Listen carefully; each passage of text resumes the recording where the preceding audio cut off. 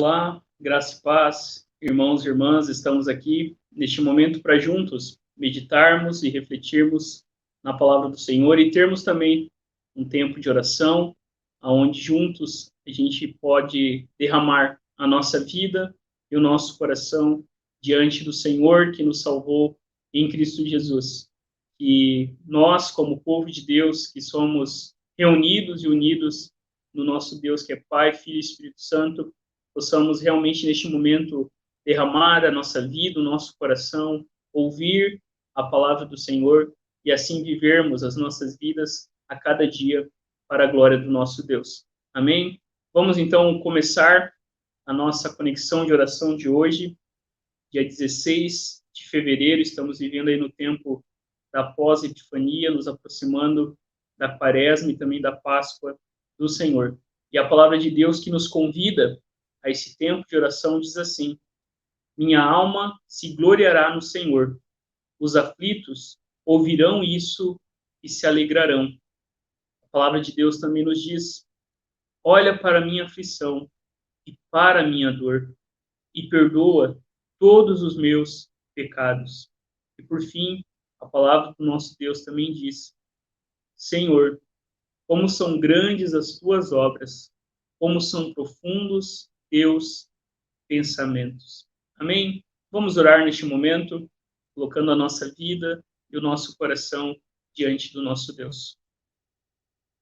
Senhor, nós te damos graças, louvamos o teu nome pelo teu grande amor. Te agradecemos, ó Deus, porque o Senhor ouve o nosso clamor, o Senhor escuta as nossas orações, e nós queremos, Deus, neste momento, derramar a nossa vida, derramar o nosso coração diante de Ti, para que assim o Teu nome seja glorificado, o Teu nome seja honrado, e a gente viva cada dia, Deus, dentro da Tua vontade, vivendo o Teu reino, e que em cada situação a gente possa, Deus, contemplar a Tua face, e que o nosso coração encontre descanso e repouso no Senhor. Fica sobre nós neste momento de oração, de reflexão na Tua palavra. Teu Espírito Santo nos conduza, nos dirija, para que assim, Deus, a gente possa realmente olhar para o Senhor, ter o Senhor diante dos nossos olhos, e ao ver isso, que a gente contemple a cruz do nosso Salvador. Fica sobre nós, abençoa as nossas vidas, em nome de Jesus. Amém e amém. Amém? Queridos irmãos, queridas irmãs, neste momento vamos louvar o nome do Senhor com uma canção, entregando assim a nossa vida e o nosso coração diante do nosso Deus. Louvemos o nosso Deus que é soberano.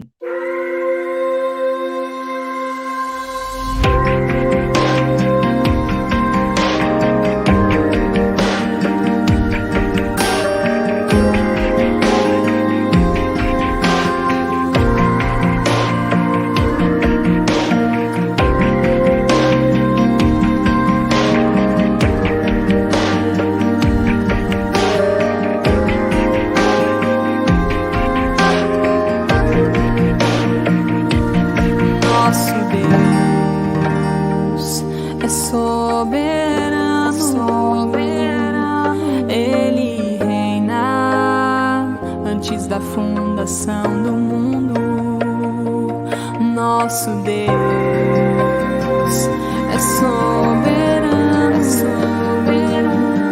Ele reina antes da fundação do mundo. A terra era sem forma e vazia,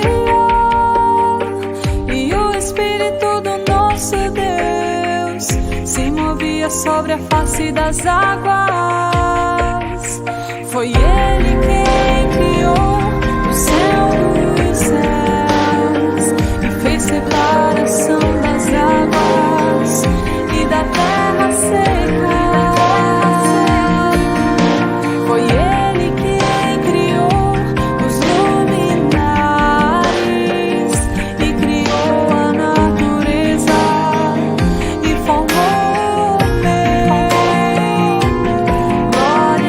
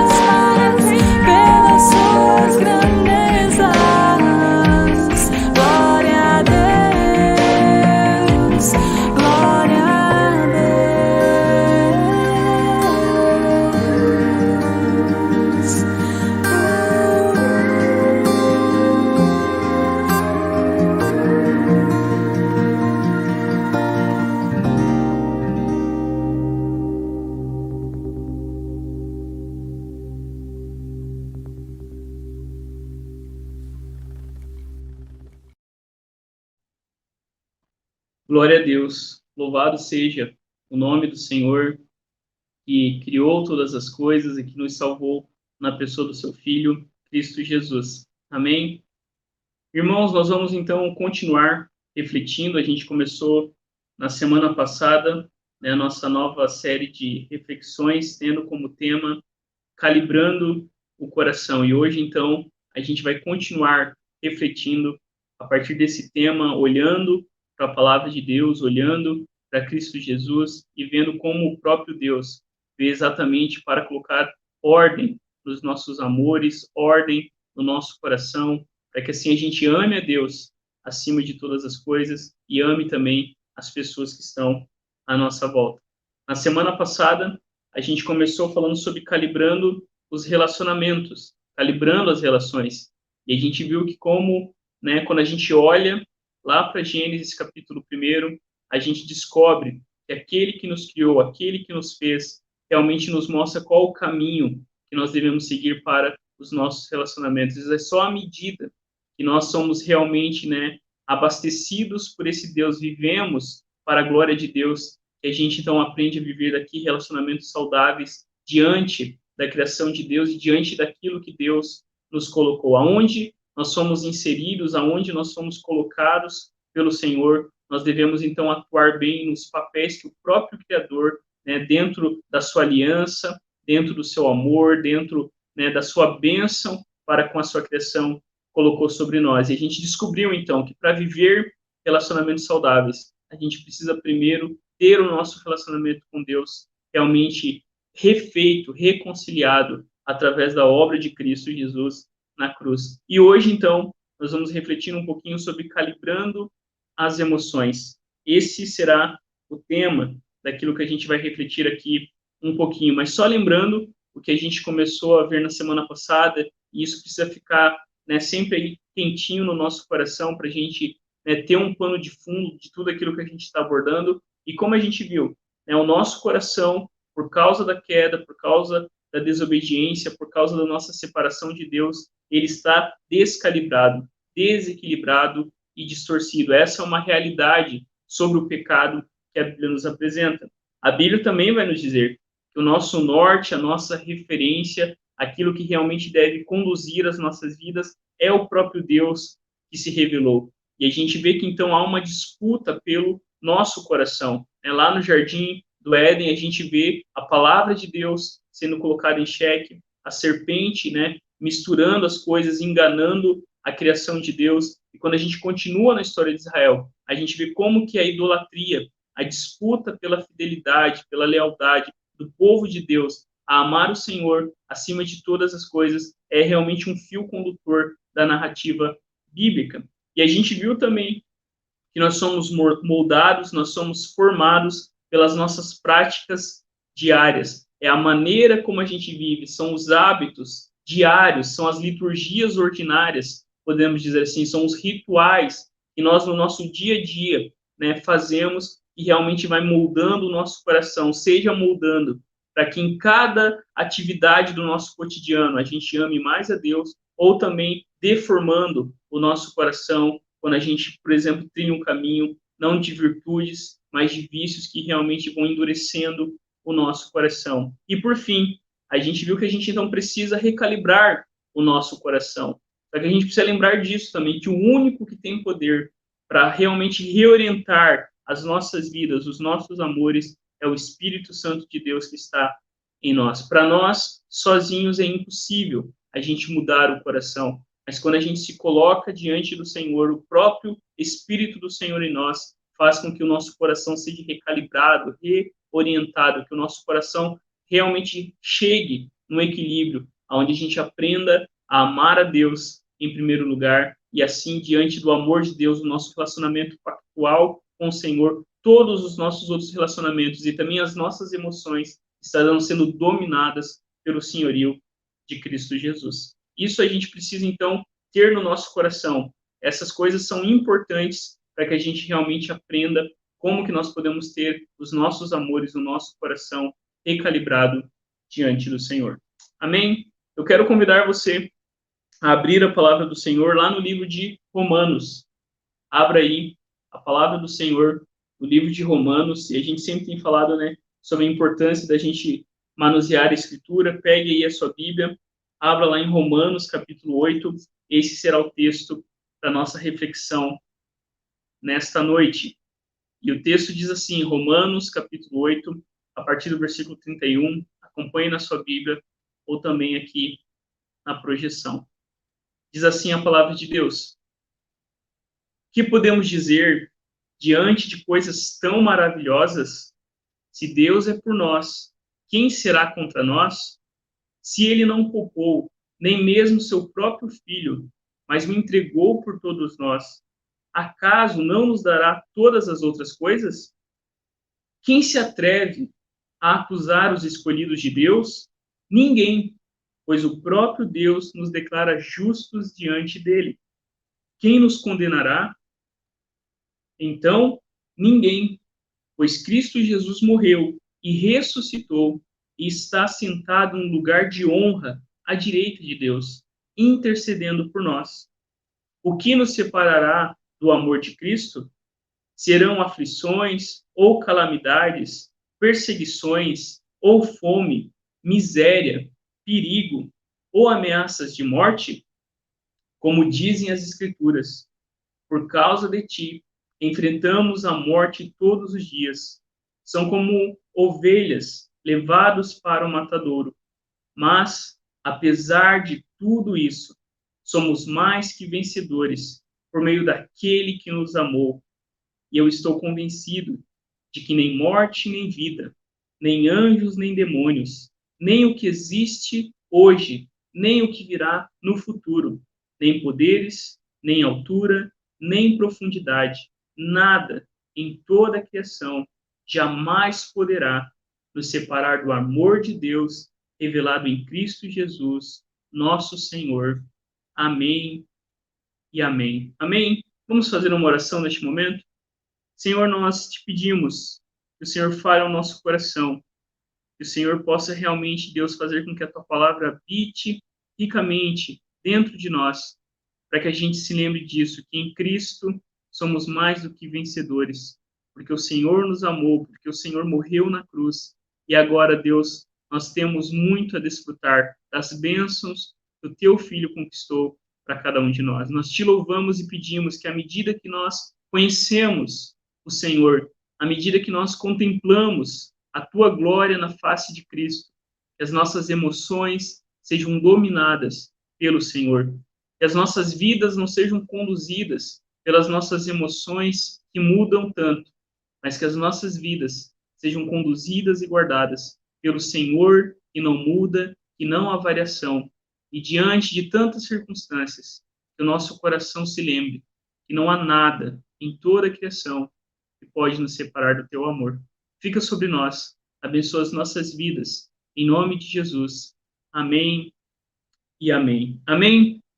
Irmãos e irmãs, então, hoje o tema daquilo que a gente vai conversar é recalibrando as emoções. E quando a gente pensa um pouquinho sobre isso, né, como lidar com as nossas emoções? Afinal, nós somos pessoas, somos seres humanos, onde coisas nos acontecem, as nossas emoções são afetadas. E muitas vezes a gente não tem noção, ou a gente não para pensar um pouquinho como as nossas emoções realmente afetam as nossas decisões, afetam, né, aquilo que nós temos diante de nós, a forma como a gente enxerga as coisas, a forma como a gente entende, compreende algumas coisas. Então a gente precisa olhar para a palavra de Deus e entender como que nós podemos lidar bem com as nossas emoções. Afinal, nós vivemos em um mundo onde desperta, né, tantas emoções boas, como também emoções ruins ou emoções, né, desordenadas. E quando a gente, então, olha para a palavra de Deus, a gente descobre que à medida que a gente realmente olha para o Senhor e realmente, né, confia em tudo aquilo que Ele fez na cruz do Calvário em nosso favor, que a gente pode, então, começar a viver uma vida não, né, como uma montanha-russa, mas uma vida onde a gente permanece ligado a Jesus e pode, então, desfrutar da vida que Ele nos promete, uma vida plena, uma vida abundante, uma vida onde podemos realmente viver não reféns dos nossos humores, das nossas emoções, dos nossos sentimentos, mas onde a gente pode ter uma vida realmente dominada pelo senhorio de Jesus Cristo, quando a gente realmente, pela fé, entrega a nossa vida ao Senhor. Então, quando a gente pensa sobre emoções, existem muitas coisas envolvidas aí, né? E diante de um livro que eu estou lendo, eu achei muito interessante, Pensamentos Transformados, Emoções Redimidas, de um pastor presbiteriano chamado Ricardo Barbosa, ele vai dizer como que a genética influencia nas nossas emoções. Afinal, né, nós não viemos do nada, a gente tem um histórico, a gente tem um pai, uma mãe, e a genética influencia em muitas coisas, né, na nossa vida, né, questão de doenças, questões de personalidade e coisas assim, né? Então, a genética tem, sim, uma influência sobre as nossas emoções, sobre, né, a forma como a gente lida com essas coisas, mas também a experiência das coisas que a gente vive desde os primeiros anos de vida também influenciam nas nossas emoções. Pense em quantas coisas boas, mas também em tantas coisas ruins, traumas que deixaram cicatrizes, que aconteceram ao longo da nossa vida e que muitas vezes despertam sentimentos e emoções que muitas vezes a gente não consegue realmente controlar. Então, a genética é uma parte, as experiências ao longo da vida, aquilo que a gente vivencia, e por último, o autor coloca também as nossas escolhas diante da vida. Ele vai dizer que a genética influencia, que as experiências influenciam, mas diante de tudo isso, que realmente é o fator determinante são as escolhas que nós fazemos diante daquilo que nos acontece. Existem coisas que a gente não pode mudar, coisas que nos aconteceram que de fato a gente não consegue alterar, que a gente não consegue evitar. Mas quando somos encontrados pela graça de Deus, a graça de Deus agindo nas nossas vidas, nos capacita a olhar para o passado, a olhar para aquilo que nós recebemos como herança, seja genética, seja a herança daquilo que nós vivenciamos, mas diante da graça de Deus, quando a gente é encontrado por Cristo Jesus, Cristo nos salva, não só do pecado, não só do inferno, não só do sistema anti-Deus, mas Cristo também faz de nós nova criatura, Ele nos salva de uma vida realmente distorcida pelo pecado, aonde a gente pode começar a viver já aqui trilhando a jornada, aonde a graça de Deus muda as nossas vidas. Então, quando a gente olha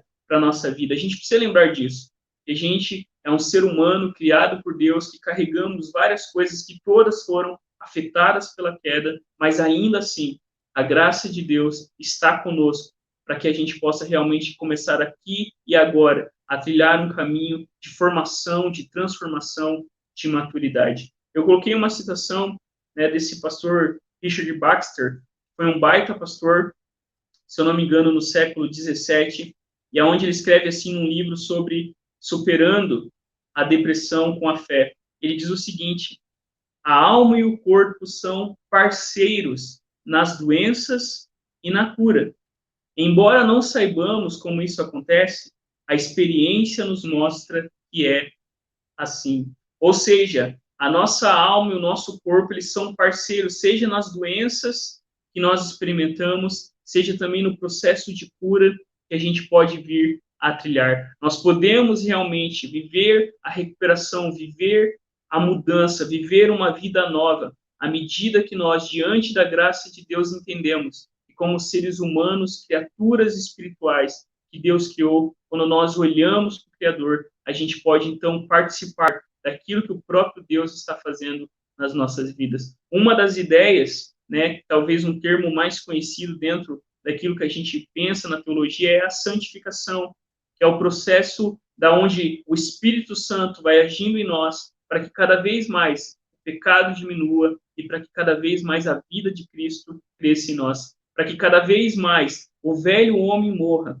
e o novo homem, que é revestido de Cristo Jesus, possa realmente fazer com que a gente experimente o poder da ressurreição. Então, nesse livro, isso é uma coisa que eu queria que você gravasse no seu coração, pensamentos transformados levam a cada um de nós a termos emoções redimidas. À medida que nós enchemos a nossa mente, o nosso coração, os nossos afetos, né, a palavra de Deus habitando ricamente sobre as nossas vidas, as nossas emoções poderão então experimentar a redenção que nós temos em Cristo Jesus. A graça, ela muda as coisas. É isso que nós vemos no Evangelho, é isso que nós vemos em Cristo Jesus. Pense em quantos encontros com pessoas que passaram por coisas tão terríveis, né, como rejeição, abandono, abuso e tantas coisas, mas quando elas foram encontradas por Jesus, a graça de Jesus permite e faz com que a gente viva uma nova vida, não mais escravos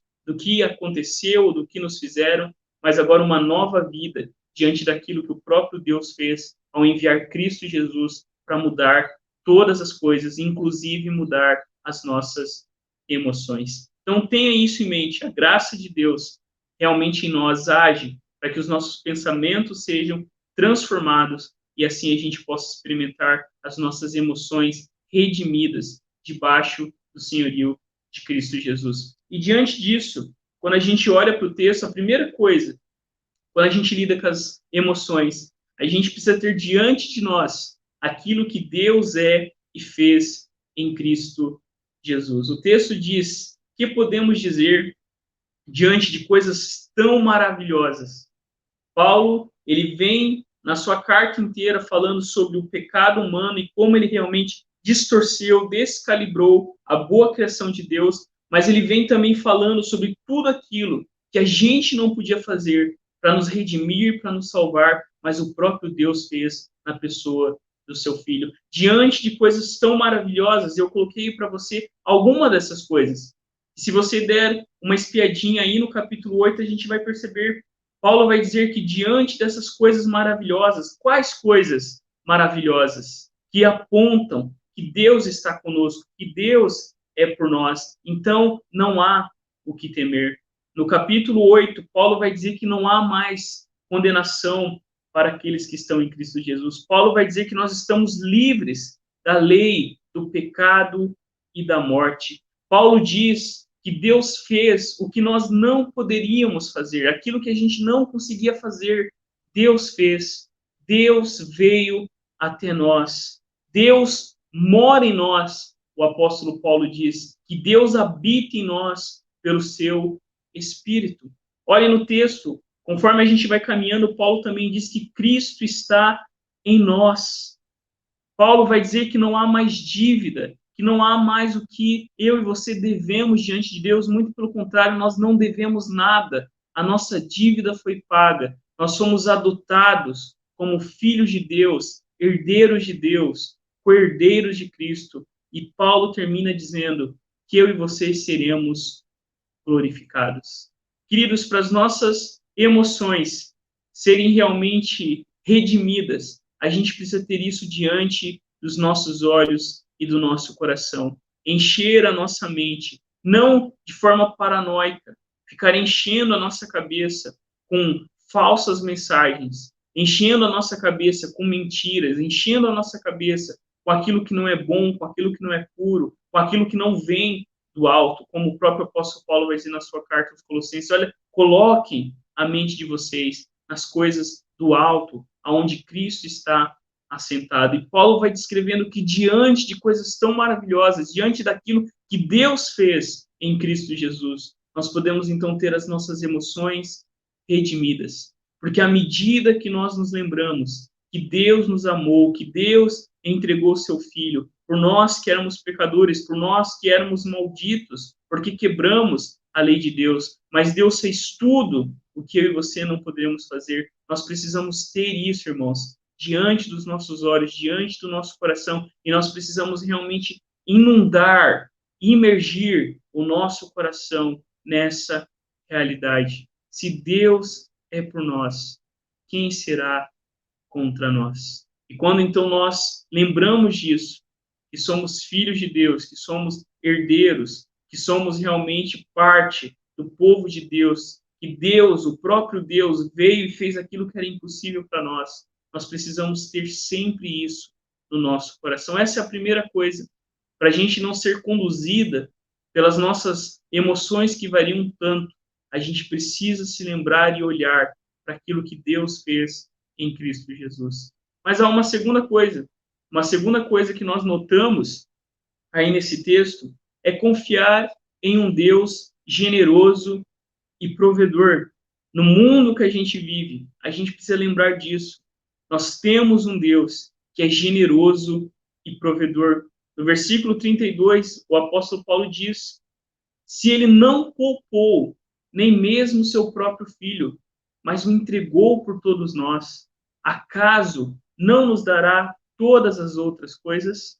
Queridos, o nosso Deus não é um Deus mesquinho, não é um Deus mão fechada, não é um Deus mão de vaca, muito pelo contrário. Paulo vai dizer que o nosso Deus é um Deus esbanjador, é um Deus extravagante, que não poupou o seu próprio filho, mas antes entregou por todos nós. Durante a nossa jornada, durante a nossa peregrinação neste mundo, a gente precisa lembrar disso, que nós servimos um Deus generoso, que nós servimos a um Deus bondoso, que nós servimos a um Deus que cuida das nossas vidas, um Deus gracioso, um Deus que estende a sua graça e o seu poder sobre nós. Deus é um Deus provedor. Lá naquela história famosa de Abraão, quando Isaac pergunta: oh, pai, a gente tem a lenha, a gente tem tudo aqui, mas cadê o animal?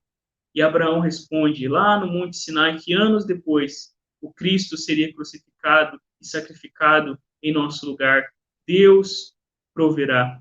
Nós servimos a um Deus que provê sobre as nossas vidas, que cuida das nossas vidas. E a evidência disso é que Deus nos deu o seu Filho. E Paulo vai dizer, olha, Deus não poupou o seu próprio Filho. Deus se deu em si mesmo. Deus entregou a si mesmo na pessoa do seu Filho. E diante disso, então, Paulo vai dizer que nenhuma das coisas que nós necessitamos nos será negada. E quando Paulo diz aqui, não nos dará todas as outras coisas, Paulo está falando também sobre as nossas emoções, que as nossas emoções podem ser redimidas diante desse Deus generoso e provedor que cuida do seu povo. Deus não poupou seu Filho, pelo contrário, ele entregou por amor de nós, e com Cristo, a palavra de Deus deixa bem clara que nós recebemos benefícios sem fim, graça sem fim, bênçãos espirituais sem fim, onde as nossas emoções também podem ser redimidas. É isso que Paulo diz quando ele fala sobre experimentar o poder da ressurreição. Queridos, para a gente ter, então, emoções saudáveis, para a gente ter o nosso coração calibrado nessa área, a gente precisa lembrar disso. Nós temos um Deus generoso e provedor. Mas não só isso. A terceira coisa que a gente nota nesse texto é que Cristo hoje reina e nos defende. Olha que Paulo diz: quem se atreve a acusar os escolhidos de Deus? Ninguém, pois o próprio Deus nos declara justos diante dele. Não há acusação, seja no passado, seja no presente, ou seja no futuro. É Deus mesmo quem nos declara justos diante dele. Paulo vai dizer, quando ele continua no texto, quem nos condenará então? Ele diz: ninguém, pois Cristo Jesus morreu e ressuscitou e está sentado no lugar de honra à direita de Deus, intercedendo por nós.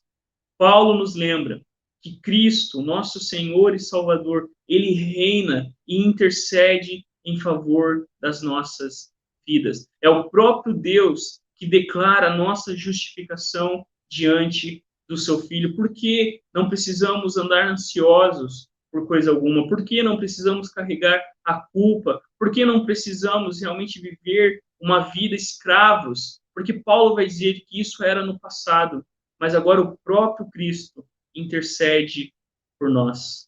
Quando você não está bem, você precisa lembrar disso.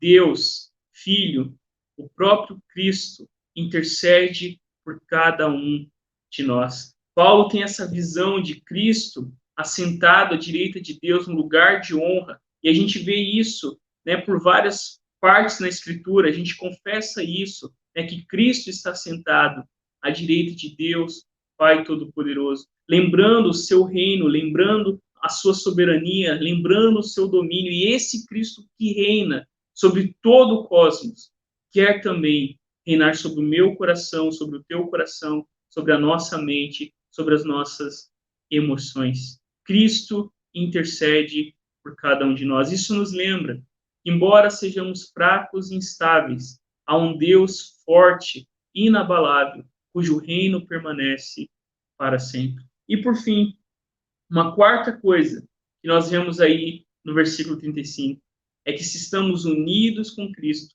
então podemos viver sua vida em nossa vida. Paulo diz: o que nos separará do amor de Cristo? Serão as aflições ou calamidades, perseguições ou fome, miséria, perigo ou ameaças de morte? Paulo tem a certeza no seu coração que não há nada que pode nos separar do amor de Deus que está em Cristo Jesus, o nosso Senhor. Não existe nada, nada, nenhuma aflição, nenhuma tragédia, nenhum trauma, nada, nada pode nos separar do amor de Deus que é nosso em Cristo Jesus. Não há o que possa nos separar do amor de Deus. Muito pelo contrário, todas as coisas que acontecem existem para que cada vez mais a gente experimente o amor e a graça de Deus. Quais são as aflições que talvez você esteja passando? Lembre-se, Paulo passou por coisas terríveis. Paulo, por várias vezes ele teve que fugir, ele foi apedrejado, ele teve uma vez que fugir, dentro de um cesto, foi açoitado pelos judeus, segundo a tradição, perdeu a cabeça. Quais são as aflições, as calamidades, as coisas que passamos, que muitas vezes preocupam o nosso coração? Se lembre disso, irmãos e irmãs, que nós estamos diante de um Deus que nos uniu ao seu Filho e podemos, então, morrer com Cristo e ressuscitar para uma nova vida. Eu termino perguntando e lembrando a cada um de nós: quem sou eu? Quem nós somos? E nós somos lembrados pelo apóstolo Paulo e por todos os santos e santas ao longo da história da igreja, que nós pertencemos ao Senhor. Eu sou teu, salva-me. Eu lembro da experiência que eu li do Dietrich Bonhoeffer, quando diante da morte, os guardas ficaram impressionados com a serenidade, com a calmaria que estava sobre o coração de Bonhoeffer. E ele, então, escreve um poema dizendo isso: quem sou eu? E ele termina dizendo: eu sou teu, eu pertenço a ti. E ele abraçou a morte, sabendo que aquilo era apenas um caminho para que ele voltasse finalmente e começasse, na verdade, a viver a verdadeira vida. Quem, irmãos, pode nos separar do amor de Deus, se o próprio Deus está no nosso coração por meio do seu Espírito? Se estamos unidos com Cristo, tenhamos uma certeza: podem vir o que vier, as nossas emoções podem ser redimidas pela palavra do Senhor, pelo seu Espírito em nós e por aquilo que Cristo fez na cruz do Calvário. Eu quero terminar com essa citação que diz assim: há pessoas que julgam crer verdadeiramente na palavra de Deus e, de fato, acreditam que todas as promessas divinas são verdadeiras para os outros, mas não são capazes de contar com as bênçãos prometidas para si mesmos. A esperança é a qualidade da graça pela qual uma alma crê que o Evangelho é verdadeiro e confortavelmente espera que os benefícios prometidos sirvam para seu bem. É uma atitude adequada. O primeiro ato de fé diz que o Evangelho é verdade, o qual promete glória e graça por intermédio de Cristo.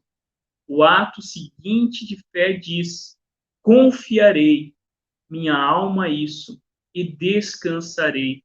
Tomarei Cristo por meu Salvador e ajudador. E então a esperança diz: espero por essa salvação por meio dele. O que Richard Baxter está dizendo aqui é a realidade. Quando nós cremos no Evangelho, o Evangelho traz benefícios e bênçãos sem fim para a nossa vida. Como ele coloca ali, existem pessoas que às vezes acreditam intelectualmente na palavra de Deus, mas precisam realmente crer de todo o coração, com interesse de coração, para que assim a gente possa experimentar os benefícios que o Evangelho tem. Se o Evangelho é verdade, a gente pode experimentar a glória e a graça de Cristo em nossas emoções. E diante do Evangelho, a gente pode realmente confiar e descansar e sossegar e ter as nossas emoções recalibradas, porque Cristo em nós é a esperança da glória. Amém? Eu convido você, neste momento, a fazer, junto comigo, essa oração que diz assim: vamos todos a uma só voz? Vela, ó Senhor amado, pelos que trabalham, ou vigiam, ou choram essa noite. Ordena que teus anjos guardem os que dormem. Cuida dos enfermos. Cristo Senhor, dá repouso aos cansados. Abençoa os que estão perto da morte. Consola os que sofrem. Compadece-te dos aflitos. Defende os alegres. Tudo isso te suplicamos somente por teu grande amor. Amém e amém. Amém.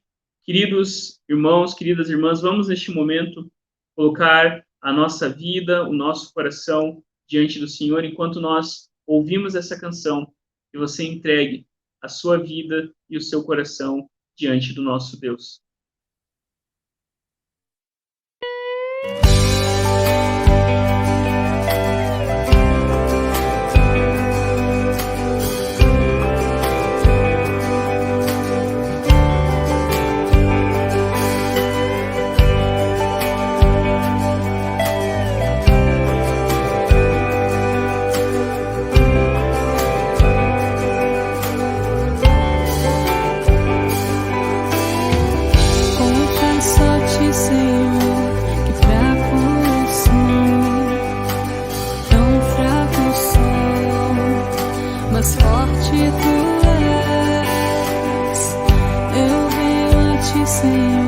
Sem nada pra dar, só quero pedir, vem ajuda-me, ó Deus.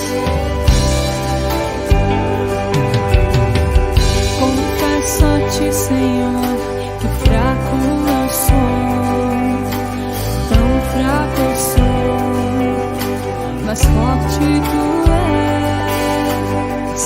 Eu venho a ti, Senhor, sem nada pra dar, só quero pedir, vem ajuda-me, ó Deus. Um coração quebrantado e humilde não rejeita, Senhor.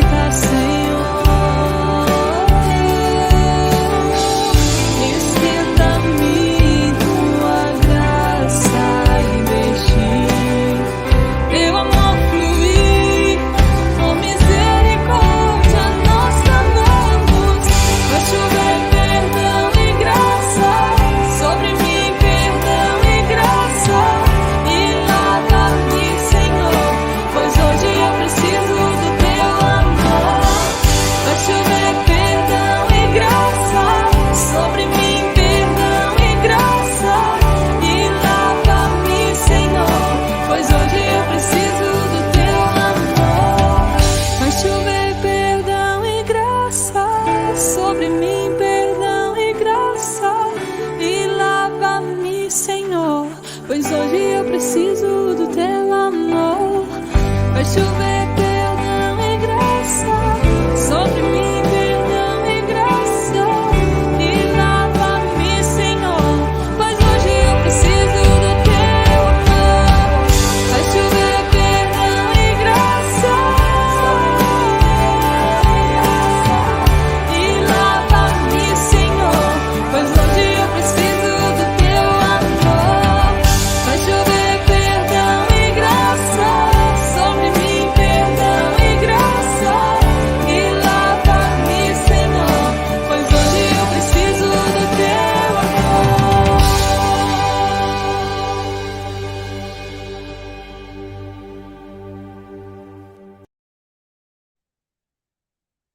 Amém. Vamos orar?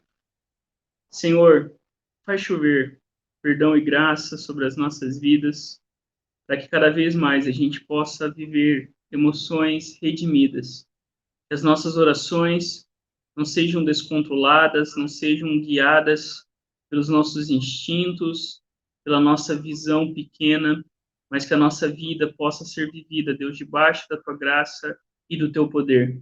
Olha com misericórdia, com graça sobre as nossas vidas, e nós, ó Deus, pedimos neste momento em favor dos nossos irmãos e irmãs que estão sofrendo, seja Deus na saúde, seja Deus na área financeira, na área emocional, ó Deus emocional, que em nome de Jesus a tua graça possa realmente mudar as situações, possa realmente, Deus, agir com o teu braço forte, para que a gente experimente o poder da tua ressurreição. Visita cada casa, cada família da tua igreja, ó Deus, que em nome de Jesus a gente possa realmente a cada dia lembrar que nós pertencemos ao Senhor, que o Senhor cuida de nós, que o Senhor nos protege, que nós podemos viver a nossa vida para nos relacionarmos contigo dentro da aliança, dentro do pacto que o Senhor fez através do sangue do teu Filho, Cristo Jesus. Fica sobre nós, abençoa a nossa vida, em nome de Jesus. Amém e amém.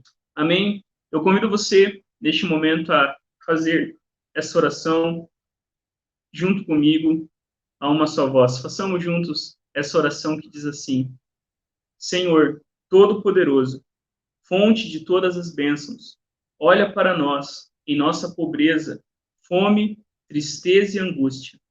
Torna o teu poder perfeito em nossa fraqueza, para que tenhamos confiança e nos gloriemos somente em ti, por teu Filho, Jesus Cristo, nosso Senhor, que vive e reina contigo e com o Espírito Santo, um só Deus, agora e sempre. Amém e amém. Eu convido você, neste momento, a fechar os seus olhos, façamos essa última oração diante do nosso Deus. Deus, nosso libertador, quando nos encontrarmos em território desconhecido, rodeado de falsidade e hostilidade, protege-nos do perigo e conduz-nos ao caminho da tua paz, através de Cristo, nosso príncipe da paz. Amém e amém. Amém. Queridos irmãos, fiquemos na paz do Senhor. Não se esqueça, na sexta-feira nós temos o LP, será na casa do Cláudio e da Lila. Você é convidado a estar com a gente aqui pertinho, na rua da igreja mesmo. Domingo, às 10 horas, a transmissão da Escola Bíblica Online. Nós vamos falar, sobre a rebelião no reino, a queda, da criação. E no domingo à noite, às 19 horas, o culto presencial. Venha celebrar e adorar o nome do Senhor, que redime as nossas vidas e que nos coroa com graça e com misericórdia. Fique na paz, que o Senhor te abençoe e te guarde. Em nome de Jesus. Amém. Você não sabe o que vai acontecer amanhã. Até ontem, tudo estava certo. Agora não está mais. Sua liberdade, vida social, planos, tudo mudou. Cada dia uma nova notícia. E você já não sabe em qual delas acreditar. É tanta informação, tantos sentimentos ao mesmo tempo. O medo te invade como um vírus. Mas não entre em desespero. Mesmo que o mundo não seja mais o mesmo.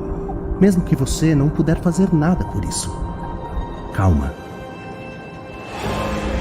Existe uma paz maior que o medo. Uma paz acessível, presente, que te ajuda a superar isso. Descubra essa paz em Jesus.